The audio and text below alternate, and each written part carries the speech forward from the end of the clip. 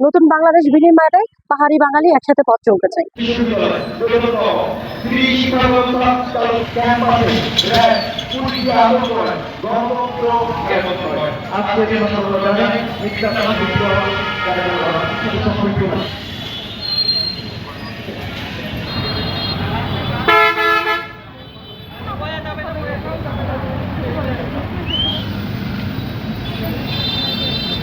নতুন বাংলাদেশ বিনির্মাণে আমরা খাগড়াছড়িবাসীও অংশগ্রহণ করতে চাই।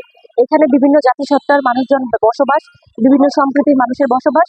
আমরা সাম্প্রদায়িক সম্প্রীতি বৃদ্ধির জন্য এখান থেকে একটা বার্তা দিতে চাই যে আমরা পাহাড়ি বাঙালি মিলেমিশে একসাথে থাকতে চাই এবং এখানে যে সম্প্রীতি বিনষ্টকরণের যে কারণগুলা সেগুলো আমরা সবাই আইডেন্টিফাই করতে চাই। আইডেন্টিফাই করে নতুন বাংলাদেশ বিনির্মাণে পাহাড়ি বাঙালি একসাথে পথ চলতে চাই। আমরা খাগড়াছড়িবাসীর কাছে মেসেজ দিতে যাচ্ছি এটাই, যে এটা হচ্ছে অনেকগুলো সম্প্রদায়ের বসবাস এখানে। আমরা সকল সম্প্রদায়ের সমান অধিকার এবং সাম্প্রদায়িক দাঙ্গাবিহীন বসবাস চাই।